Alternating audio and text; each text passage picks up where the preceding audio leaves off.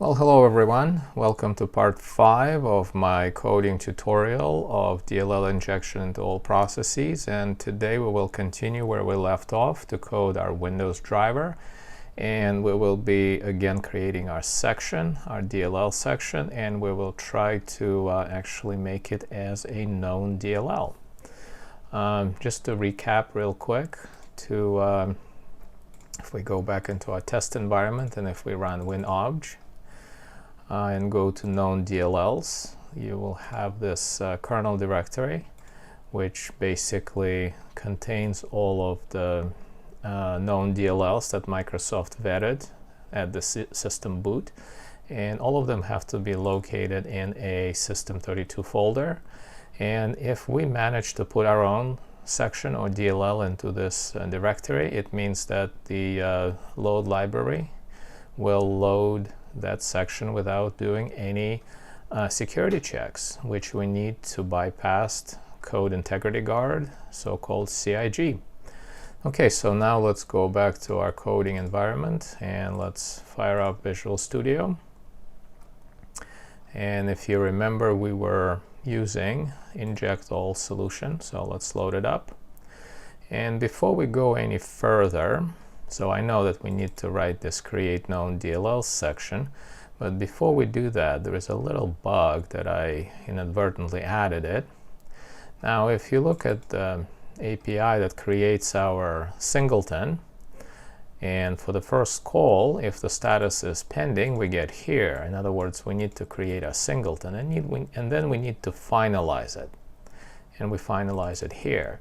Well, the bug is that if our memory allocation fails, so we get here and we forget to finalize our singleton, which is a bug. We should be able to do it either way. So we need to move this here, refactor it a little bit. And I'm gonna put a couple spaces here just to kind of like to show that this has to be last. And what we also need to do when we deallocate memory here in case of an error, we need to make sure that we actually have a valid pointer. So, and this has to come out like so. And this is basically our way of handling the singleton situation, because again, we have to finalize it at the end after creating, calling this first API when it returns pending, because otherwise it will leave it in uninitialized stage, which will not be good. Okay, and here we basically, we handle an error if we couldn't allocate, and then we need to, call our function to create a known section, and if we succeed, we set the context that we later put back into the singleton so we can reuse it. And if we fail to create a known DLL, we actually remove memory here. And we also, we keep the context as null by default over here. And and then we set the section and everything should be fine.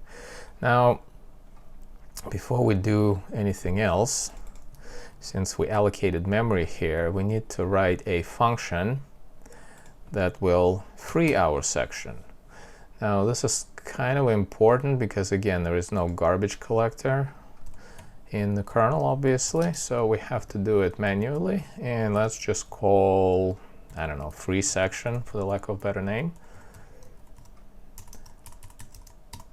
And it doesn't really have to take any parameters. The only thing that we need to add is a declaration, and that's a public method.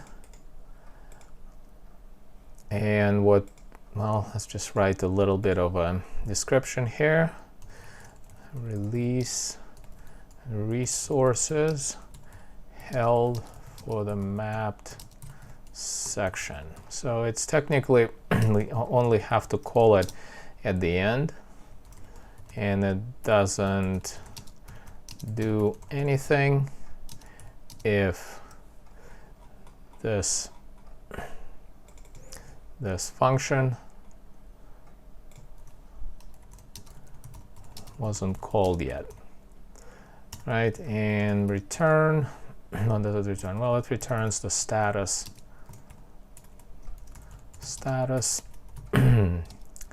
of the operation. So in other words, it will return success if everything went through. So let's just do that, nt status, and let's call status, and we will return it. And what we need to do, we also need to enter the same singleton as we did here. So let's just code it basically like so. Right, so run once, begin initialize. We use a section object, we use our context, and the context is null, except that here we need to see if we succeeded with our status. It means that that we actually have a singleton. It has been created, so we'll deal with it later, but let's deal with the rest of the situations.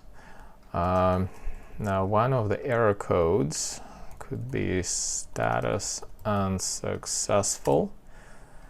Now we get here in case GetSection wasn't called yet. In other words, our singleton has not yet been initialized. In this case, this is simply status success. So kind of like what it says here. If we haven't really done anything, then this is success. And let's see, we have initialized our singleton, so we'll have to deal with it later, but then we need to process the third option, which is an error. If it gets something that is not success or unsuccessful, in that case we have an error to log, and then we just reuse this kind of a structure here, and we just put API and section type so that we know what exactly failed. And you know what, I'm not going to use this one. I'm going to use the name of the function so that it's more descriptive. Okay, and in this case we return status. And okay, so if we obtain the singleton, well, the last thing, we need to reset the singleton back, and we need to do this in case after calling this, you know, we decide to call GetSection again. So in this case, it will have to go through this route and, you know, create the memory and stuff. So let's make sure that we reset the singleton. And the way we do this is by calling RTL run once initialize. And what we need to do is to provide the context, provide the state, singleton state, and that will reset it back. Okay, well here we need to see if do we have the context. Otherwise there is nothing to delete, and we can get here in case our functions here fail and we provide a null context when we complete the singleton, which is quite possible. So this is technically not an error here. I just need to make sure that this is not null. Okay, so at this point we can specify our print line and actually say that, well, we can say that our FreeSection was called, and we can say that section type is this. It's just a small kind of debugging function. And before we go any further, let's quickly check, because this one is not an error, And if we look, what I usually do, like if we want to look in the whole solution, I just search by this name, match case and whole words, and let's take a look. So as you can see, I usually put like error or exception if it's like some kind of situation like this, but sometimes these kinds of messages, they're not errors, they're just logging. So I want to provide some kind of option, global option, that would build a solution without them, because it will be very like verbose output and we might not need it. So if we go into let's see, if we go into our driver type.h and let's scroll all the way up, let's just create new define the definition preprocessor variable, and let's just say sorry, let's see, dbg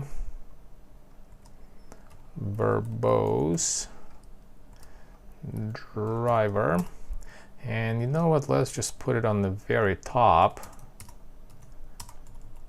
and then say uncomment this line to make verbose debugging output for the driver's debug build. So when this preprocessor variable is defined, we should provide verbose output. And here we can do if def and end if. So what this will do, this will output this value only if we have this verbose directive defined. And if we go here, kind of the same thing. So basically, if we have this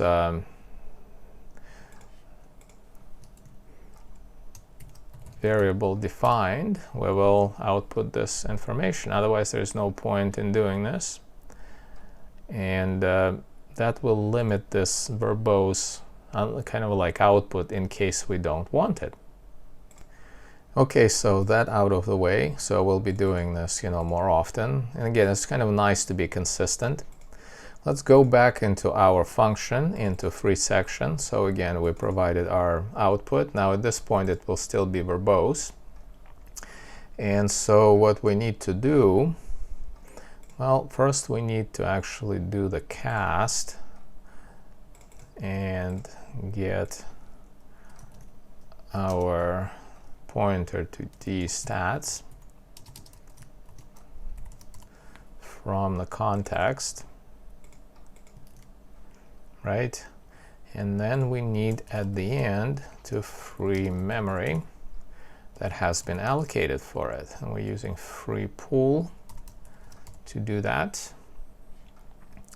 And we do context, and to prevent use after free, I always null out the pointer. Okay, well, this is the function to free the section. And what we need to do, we need to actually call this function. So if we go back into our main function, we have this free resources that releases our callback.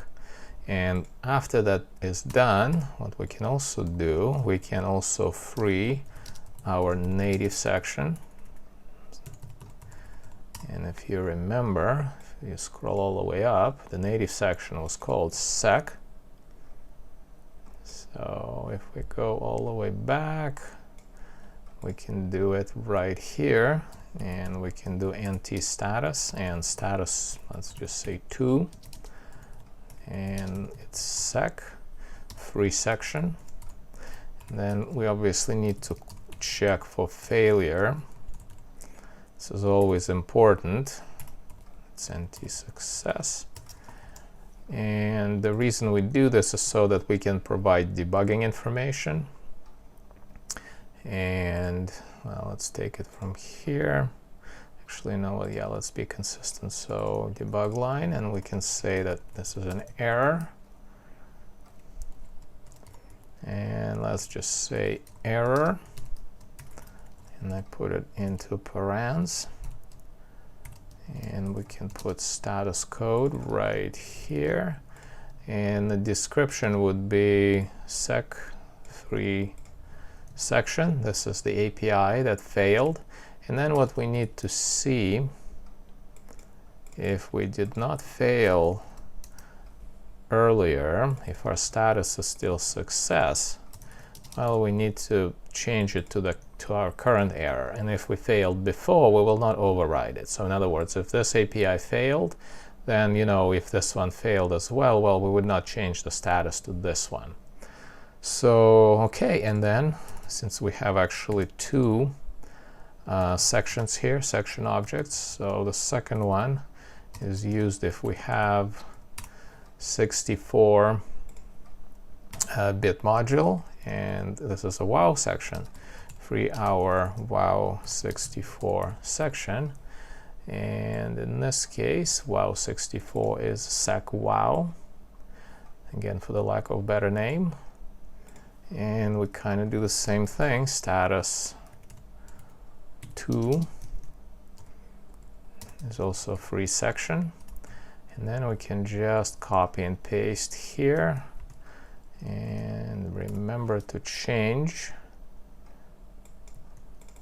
this to this. And yeah, so that will also free our section when we unload the driver. So let's try to build it.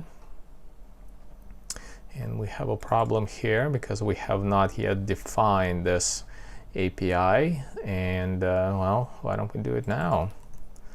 So if we go all the way down, it will be obviously NT status. It will return it. Then let's have its name. And yeah, so this is our API that will create our section. Now let's see, what do we pass into it? We pass into it our structure. And because it's internal, it's called internally. We can pass it by reference as such. And we need to add it into our declarations, except this one is private because we shouldn't be calling it from outside. And as always, let's create some comment here, and we'll say that this function creates a KnownDll system section of our own. And this little variable, I mean the pointer to the class, receives information on created known section only if returns, well, it would help if I can spell, success.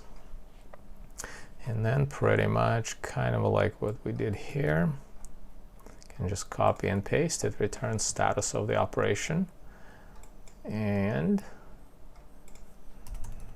we return. Now obviously this value will be filled out only if we get success as a result, otherwise it just doesn't do anything. And first thing first, we need to clear the returned data, and we are assuming only primitive data types. So what I mean by that is that we do memset on our, not status, it's stats. Let's adjust it, just a little misspelling here. So what this means is that when we do memset, you can use a pointer to it and just zero it out with nulls. And because dlStats is just, consists of primitive data types, we can easily do that. Okay, so let's see, it will still give us a warning because this one is used. Oh, okay, well, we don't have it here, but that's okay, we can adjust it later. Just again, we converted here, but didn't use it, so let me comment it out. And okay, so now we can start creating our known section. So before we actually do anything, we need to steal a security descriptor from a known, not a well-known, nobody knows them, from a known from existing KnownDll, and in our mode we'll use kernel 32. So before we can do anything, we can actually open section, and the way this API works will give us a section. Let's just call it section K32 for kernel 32.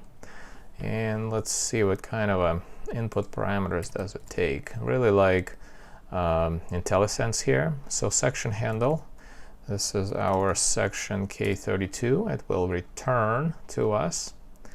And we need read control access, desired access, because all we need to do is just to read. And then the last, we need object attributes, or the pointer to it. And it will return us a status. And we need to obviously check for NT success on our status, do something if success, or deal with an error. Okay, so this is kind of like basic scaffolding for the function. And as I always do, I tend to deal with an error first, and then kind of fill in the data parameters. So let's write a little template for the error handling. So debug print line, our macro. And in here, we do our usual error. In parens, where we'll put the actual error code. And let's do it this way. Because this one I will provide additional arguments, since this is a larger function that will actually have several components inside. And I'm going to put the type of section that I created. Again, it's just for me so that I know which part failed. Then I will put process ID of the process that is calling it. And then I can say section type and provide section type. Okay, so here we have status for this specifier. Then we need to get current process ID. We'll use a function, kernel function, which is called get current process ID. And lastly, we have a section type, which is a member of this class. The only thing, because we are converting from handle, which is 64-bit, into U, which is expecting 32-bit, we need to do a couple casts here. First, we do ulong pointer, and then we convert it to ulong. And this way, we can actually get our error message here, which will be quite descriptive for us in case something fails. Okay, so we get our section, and before we do anything, we actually need to close our section, which is important. We don't want to leak any memory. We use ZwClose. Again, we're using ZW version because we actually don't need to check to validate parameters since we're calling it from, since we opened it in the kernel. So we do this. And let's also validate for success. But we only do this for debugging build. We use our verify macro. Again, if you remember, we added it here. For debugger build, it will simply resort to casting an assertion if there's a problem. And for release build, it will just keep this API itself without doing any assertions, so which is pretty handy. Okay, so in this case, we open the section and we remembered to close it. So now we need to provide the third parameter, which is object attributes. Okay, so what is that? Well, technically, we need to specify our KnownDll. Okay, so if we go in and actually copy the type of the pointer that it's expecting, and let's just call it POA kernel 32.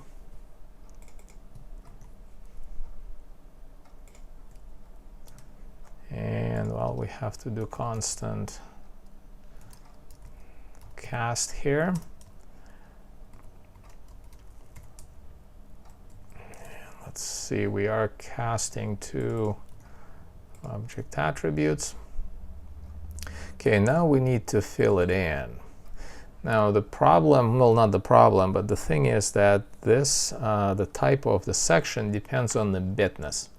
So if we go back to our test environment here, test VM, as you can see, we have KnownDlls, which are native DLLs. In this case, it's 64-bit ones. Then we have KnownDlls 32, which is WoW64 folder. So we need to differentiate these based on our section type. So let's go back, and if section type is, well, let's see, where is our section type, is native, we do one thing. Otherwise, we do differently. Okay, so you know what, let's do it a little bit differently. We will check for the WoW section.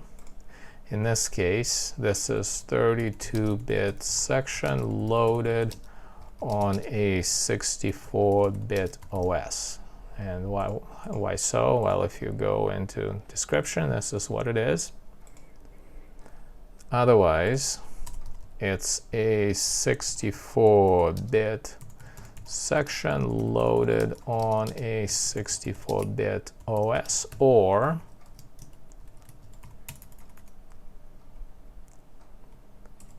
basically matching bitness. It's a 32-bit section loaded on a 32-bit OS. Kind of like, same bitness. Now, this part would not happen if we don't have a 64-bit build. So we can just do preprocessor definition here. Preprocessor condition. And we say that we don't need to build this part if we don't have a 64-bit build. So if we kind of switch to this part will be grayed out, or it will not be used in a build, in our executable. Okay, so, and now we can actually use, well, let's start from this one, our static variables, static definition. So static object attributes, if you remember, I borrowed it from my friend. This is a very handy way of defining object attributes as a static variable. And what we do, let's just say that, let's just give it a name. let's say object attributes kernel 32, and the name is known, have to spell it right, KnownDlls kernel 32 DLL, and then we use this as a pointer to it. Now this is not obviously a local variable because it's a static variable, so we can take a pointer outside of the scope. And over here we kind of do the same thing, except that this is not KnownDlls, it's KnownDlls 32. Okay, so let's code it. And yeah, so here you go. At this point we can open our section, and we can actually work with it. So for now, before we go any further, because we've been building quite a lot of code here, let's make sure that it works. But before we do that, let's see that we actually didn't screw anything up, so we don't mess up our test environment. So yeah, that should be fine. So over here we open it up and we get positive, we get the success. So yeah, let's test it. So let's rebuild it. And let's go into our C++, inject all, x64 debug, and we have driver 64.sys. Let's switch into our test environment, paste it here, and let's clear our debug view and let's install it. Okay, so originally, as you can see, the driver has installed, and the test for us is to fire up Notepad and see if we can get our section. And image load success, and it didn't fail. So let's try to unload our driver. Okay, so well, this is technically not the best example. So the way we can change this, and I'm sorry I should have done that, is that if we get here, we get small debug print line and just say got KnownDll okay. So now when we build it, let's rebuild it. Luckily this is pretty easy for the driver.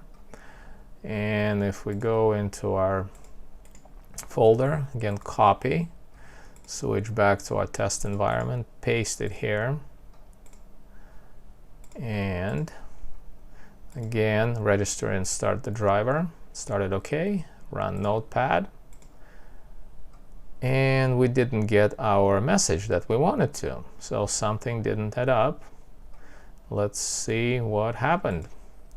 First, before we go any further, let's close it. Now there are many ways how this can go wrong. Now one of them that I learned the hard way is that you may be not copying the right file. So let's go back, and the way you can test it is if you do clean, that should technically remove this file. So yes, we did copy the right file, and let's see why we didn't get into our KnownDll. So yeah, in this case what is also important is to put our debugging output pretty much on any branch that doesn't run. And in this case, let's just trace it back. So we get here, and we get our KnownDll. Oh, do we call this one? And well, we don't. So here's the problem. We created a function, but we never called it. So if we go into our onLoad image, well, we just output this line, but we don't do anything. Well, that's kind of stupid, right? I mean, if we wrote but didn't call, well, how would it actually do anything?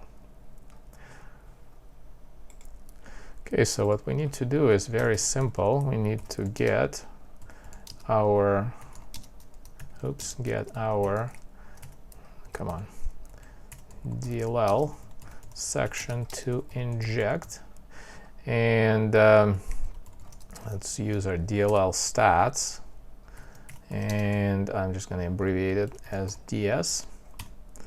And what we do, we have a section object, and then we call GetSection singleton to get the pointer. Okay, and if, now why is it not letting me? Because I commented it out, so we need to comment it, uncomment it. Okay, so if we do not get NT success,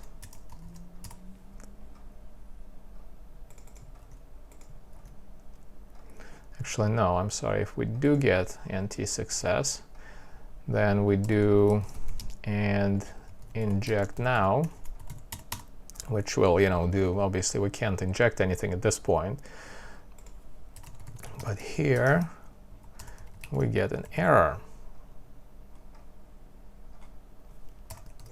And an error, and again, this our debug print line.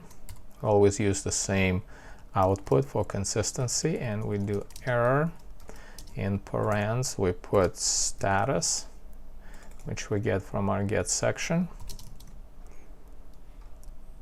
And we also need to specify which function, right? And also we need to specify PID, which is the process ID. And we actually, I think we have it in here. And we do, process ID right here. And we also need to do this cast so that we can cast it into just the 32-bit value, because again, process ID cannot be larger than 32 bits here. And yeah, so this is how we call our singleton. Again, this will just get us our section information that we can use later. And what we can also do, we do the while 64 while we're at it, and we can just say the following only applies to a 64-bit build. And what this means is that we also need to inject our DLL into a 32-bit process too. Okay, so we do again if def, if it's a 64-bit build, we do end if. In this case, we do so only if we have a wow process. Now this is important because we don't want to try to do this if it's not a wow process. And the wow process again means that this is a 32-bit process running on a 64-bit OS, which obviously is not going to happen if we don't have a 64-bit build. Okay, well here it's very, very similar, except that we are using, let's see, status, section, wow, also GetSection, call the same function, and we can reuse the same variable here. And if we have success on the status, then we do the same inject now. Otherwise, we can reuse this error branch and basically say that section wow section failed for this status for this process ID. So kind of, very similar processing here. Okay, and that's pretty much it. So that should actually call our GetSection method, and let's see if it works. Again, what I usually do, just to make sure that I use the right file, so I clean the project, and you see that the executable is gone. Then I rebuild and make sure that there's no errors. And we have our driver64.sys that we can copy and go into a test environment, paste it here. It's a little bit larger, which is a good sign. Let's clear everything here and actually register and run. Okay, the driver started. Let's run Notepad. Hey, what do you know? It worked. So we got our special message here, which means that our method works. Now if we call it again, as you can see, our section creation method doesn't get called because we have a singleton. Okay, so this means that this is a special type. Not a special type, it means that our method works, and what we need to test it with is a 32-bit notepad. Now if you see, the wow is 0, which means it's a 64 on native code or native process, and what we need is a wow one, system wow. And if we go into Notepad and run it, so as you can see, we also got this KnownDll. Okay, so now when we run both notepads, it should not create any more sections. Well, it hasn't created anything, but that singleton should not be called. So, and this is exactly what we needed here. So let's kill a driver, and we can now go back into our coding environment. Okay, so let's code our creation of KnownDll section. So if you remember, we added this little debugging thing, which we don't need anymore. So what we've done here, we basically opened a KnownDll. Well, in this case, it was kernel 32 from KnownDlls, or depending on a bitness of our operating system, we might actually, on the section we are needing here, we could have opened a 32-bit version. So we did it here, and we need to reset our status. And well, let's just do, the reason I reset it is because this will be a longer function, and later we might fail with a different status. So I just want to reset it so that we don't have success. And what I do, I just go with generic command failed, just kind of like, if we miss it, at least we get some kind of error. And now, well, we need to, like I said here, we need to steal security descriptor from this section. Well, before we do that, we need to allocate needed memory. Now, if you know security descriptors in Windows, they have different size. And what we basically need to do, we need to ask the API, which is called query ZwQuerySecurityObject, and we need to provide a section for it. Then we need to provide security information, and to do that, let's look it up in the MSDN. I hope it's documented, and it is. So yeah, the documentation is not very consistent. It doesn't have much, so I'll have to go by memory. So basically we need process trust level security information. Yep, this one. You know what, let me move it to the next line. Then we need to retrieve a DACL security information.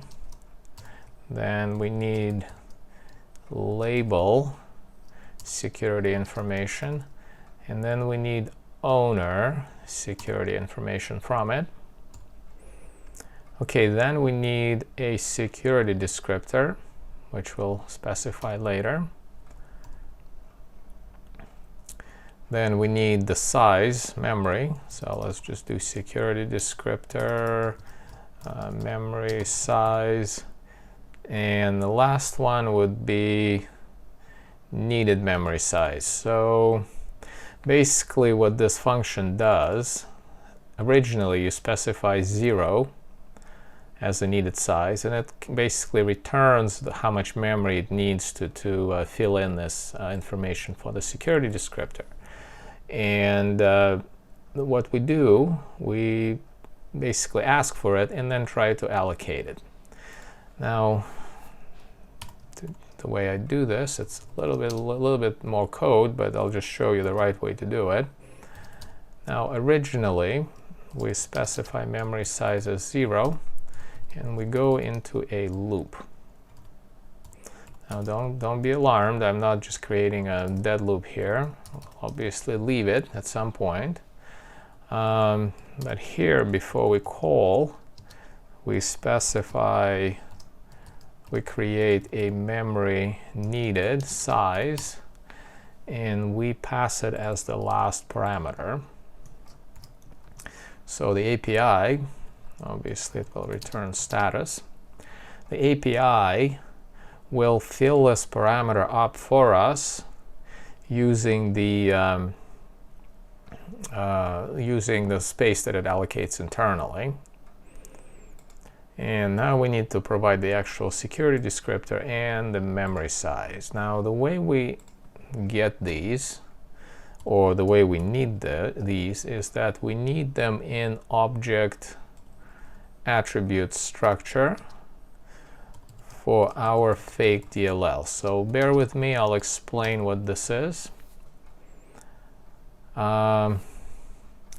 We need to fill it out as much as we can. Now, unfortunately, with these kernel structures, it's kind of like tricky. We have to like literally fill all of these out before we can start doing anything with them. So let's do it real quick. So it's a size of a Fake.dll. In other words, the size of our structure. Nothing fancy here. Now there's no root directory. We provide 0, and we need a object name, which we'll specify a little bit later. Let's see, and then we need attributes, and we will specify that this is object case insensitive, speaking of the name. And another thing which is important, we will create it as a permanent object, and for that we need to add a little bit of a comment here. Let's see, make our section permanent. Now what this means is that when the object is created with the permanent flag, it means that when its last handle is closed, it will not be returned, it will not be cleared from memory. Now this doesn't happen in user mode, but in kernel it's available. So in other words, this is kind of like a safeguard against the object being removed. And because our section, this is where actually our section will be, this is the object attributes for our section, the one that we're creating, because it doesn't have to be, we have to make sure that it doesn't get removed when we close all the handles.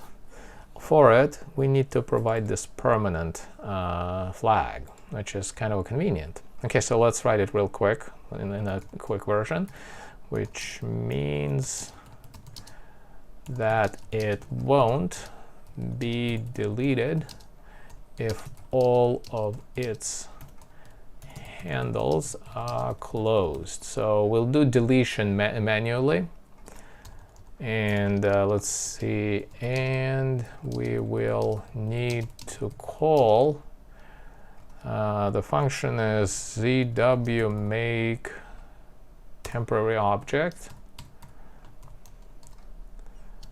on it first to allow it. In other words, to delete it, to completely remove it, we need to make it temporary by calling this function, and then we can close all of its handles, and then it will be permanently deleted.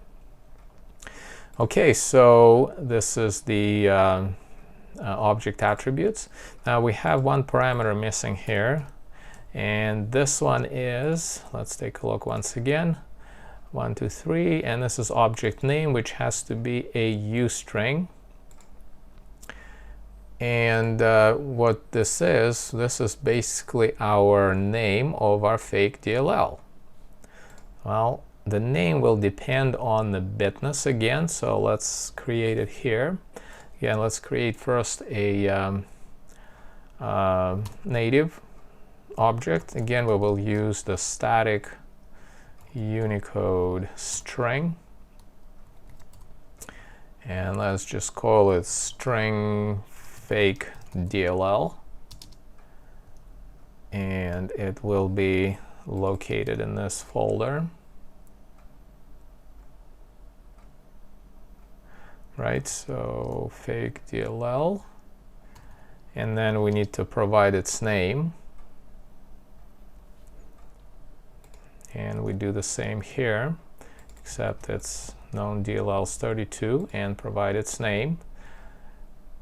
And let's see, we also need pointer, which is constant Unicode string.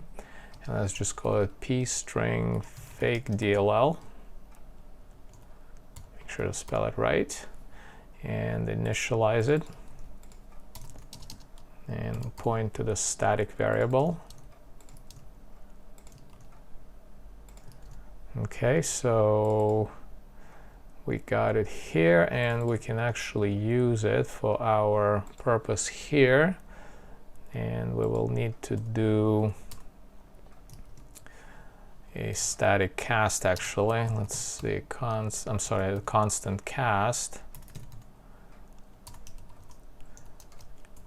And we are casting into p Unicode string. Okay, so let's do it like this. And now we have the object. So over here we need a pointer to our security descriptor.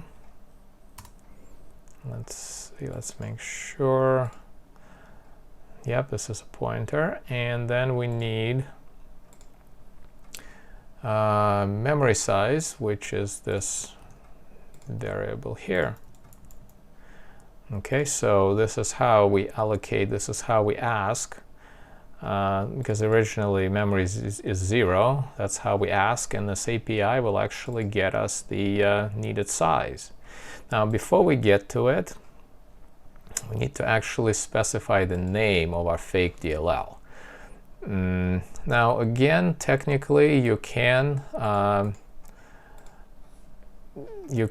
hard code it, but we will actually use it in several places. So what I prefer doing, instead of hard coding it here, I prefer to, again, going to my global file and doing it here. So let's just say, because we will have two DLLs, injected DLL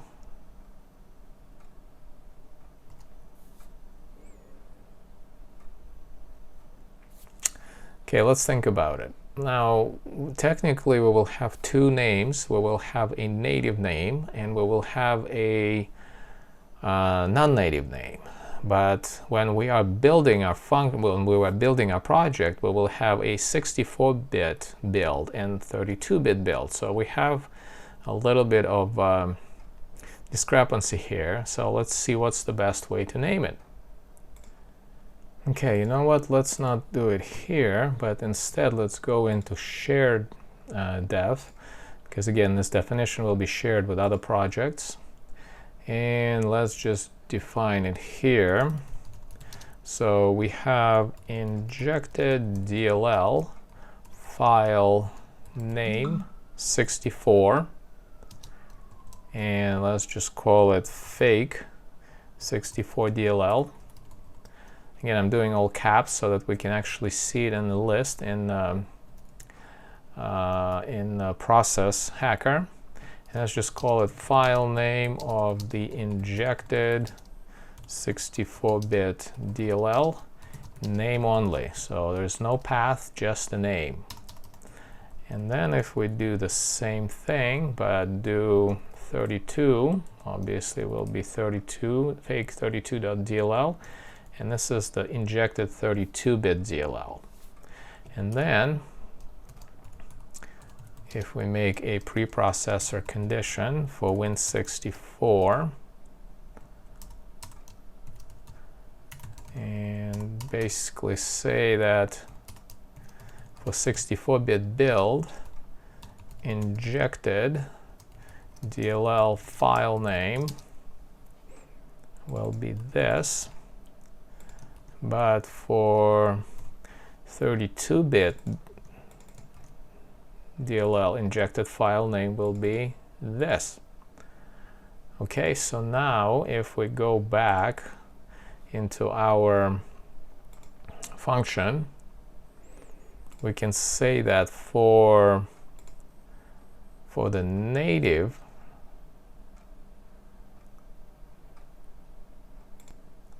we can say, this is kind of tricky now, for the native one, which is here, this will be this name. So let's just kind of scroll down and see. So right now we have 64-bit DLL, I mean 64-bit driver. So if we look at it, let's do peak definition, we are using fake 64 DLL, okay, which is correct. If we switch to 86 or 32-bit, then if we peak and peak again, we will be using fake 32 DLL, which is correct. But if we are in 64-bit build over here, we have to use only a 32-bit name. Let's just check. So for 64-bit driver, for WoW process, we use 32-bit DLL.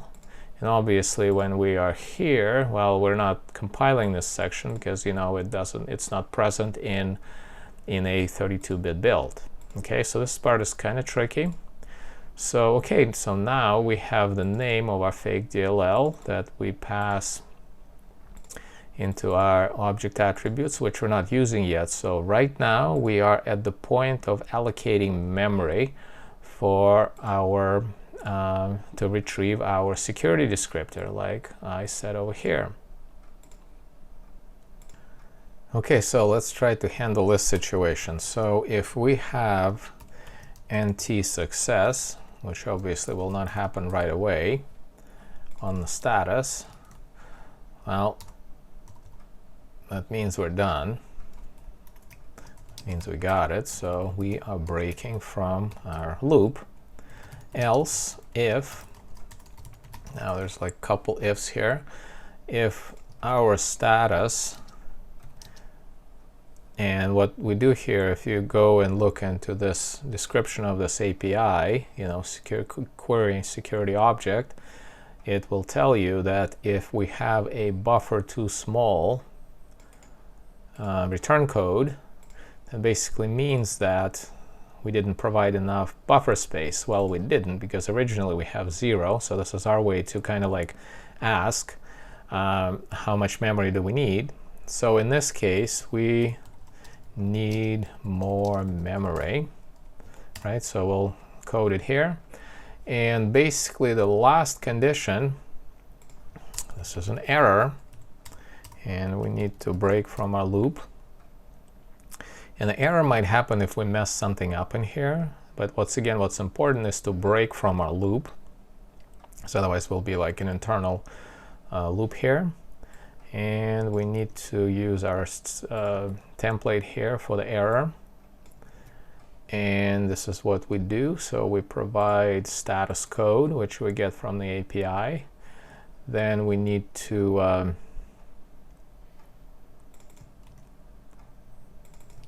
provide the API that failed. We have the process ID and our section type. So pretty much all we needed right here, except that we also might need to provide a needed size. And the size is this, so that we knew why API failed. What's important is to put it in the right order, which is after PID. So if the size is some abnormal number that we were requesting here, we will know why the API failed, and we can log it. Okay, so now the situation when we need more memory. Well, at first we need to do some sanity check here and ensure that memory needed, right, is actually more than what we offered it. Otherwise the API is definitely messing with us. And then we need to see if we had previous memory in this variable. Then we need to free previous memory. And we'll do it later. Now if we look back, so you can see it was all 0 since we stopped filling it out. So basically anything else that we missed, the security descriptor, which follows the attribute, and the attribute are these two, well, they'll be zeros. So this means that by default we will not get here, right? So then we can say allocate memory, and what we do is just we call allocate pool with tag, and there's a lot of APIs that they added here with the same thing. Okay, so here again we use our macro allocation type on image load.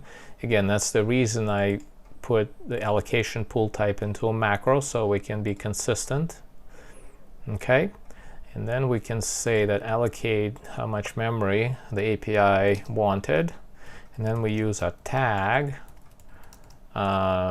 macro to actually give it a tag. Now it doesn't matter what you call a tag, it's just something that will be unique, something that you can later actually identify. And then we add it to our descriptor, right? So, and that's what the API is asking here. And what is important though is to check that we did not fail. Okay, so here's an error, and here is when we need to retry. Okay, now when we retry, we set our memory size to the size that we just allocated, and that is the needed size. Okay, and the error is when we can't allocate. So we do status memory not allocated, and in this case we also have to break, because if we didn't allocate memory, something is terribly wrong, so there's no point to repeat. And the only thing left here is actually to output an error message. And what we do here, we provide the actual tag, we provide PID, provide the actual API name that failed, we provide PID, we provide size of the memory that we tried, and this is this, and section type.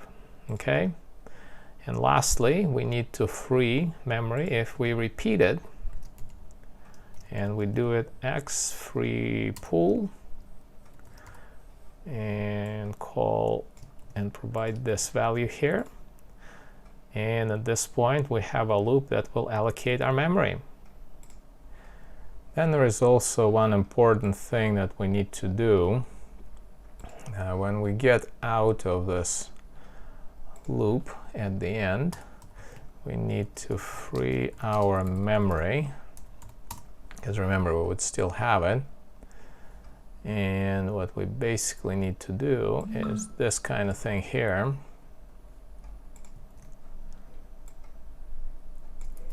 Except that again I would null this out to prevent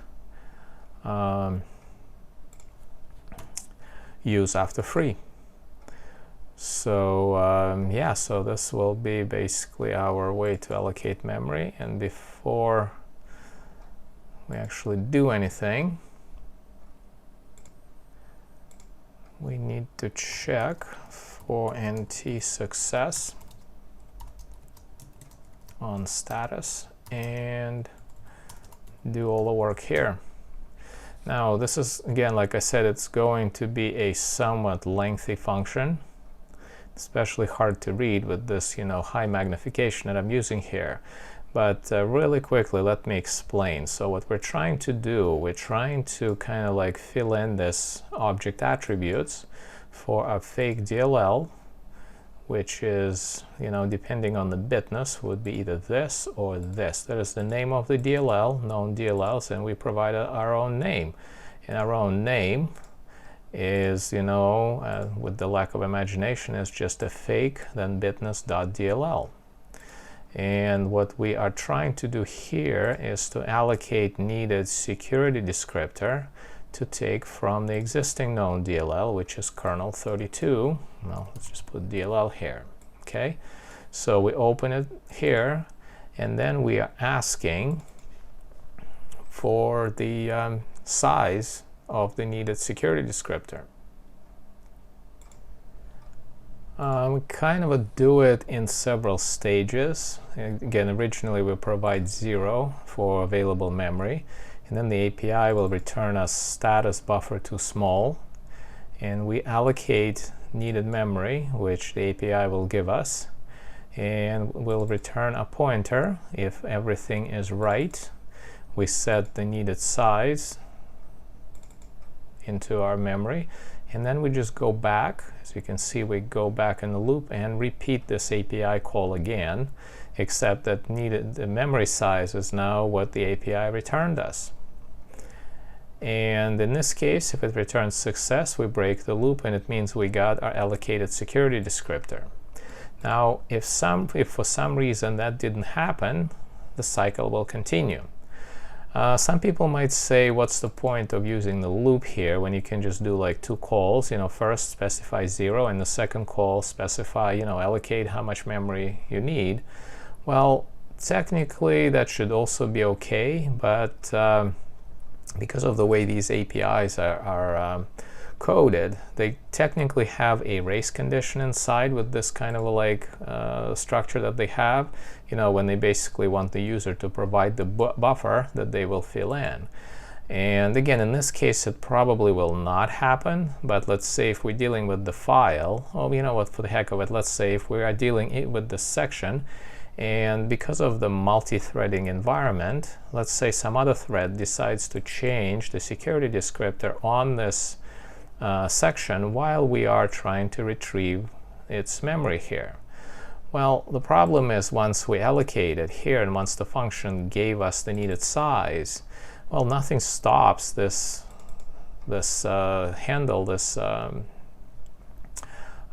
section to change its security descriptor. So then when we call this API the second time, well, this memory might be different. It might be more. And in that case, well, we have a problem because, the second API will also fail. So that's why I'm doing this in a loop. It's kind of like a general approach to allocation of memory from these APIs. And it's especially true if we're let's say, dealing with the file or with the process, something that can change pretty quickly.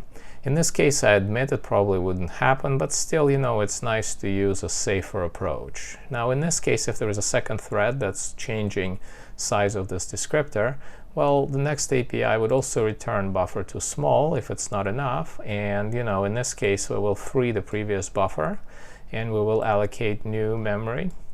And that's why I also put this little debugging check, which means that if the API, well, it has to request more memory than we provided it. If for some reason it's requesting less, well, it will fail here and we should be able to catch our logic error. Okay, so in this case, it will just continue doing this until there's a problem, like here, and it will break the loop. In this case, it will set the status to an error. And again, if we look here, the reason I reset the status here into command failed is so that after we come out from the loop, we'll actually check it for success. So, and let's see, where can it fail? Well, it can fail if we get, the status here, which is incorrect one. you know, if we get, let's say, well, not the buffer too small, but something else. So in this case, it will break the loop. And it will also break the loop if the allocation function fails to allocate memory. So in that case, we get our problem here. And here, we get to the point where we can actually create our own section. So let's just put a comment. Now we can create our own section for our injected DLL in the KnownDlls kernel, let's see, kernel object directory. Okay, and yeah, so we can do it right here. And as I can see, the video is getting really long, so I think I'm going to break it into 2 parts because we still have a lot of things to do here. And I will continue writing this function in the second part. So thank you for watching, and see you there.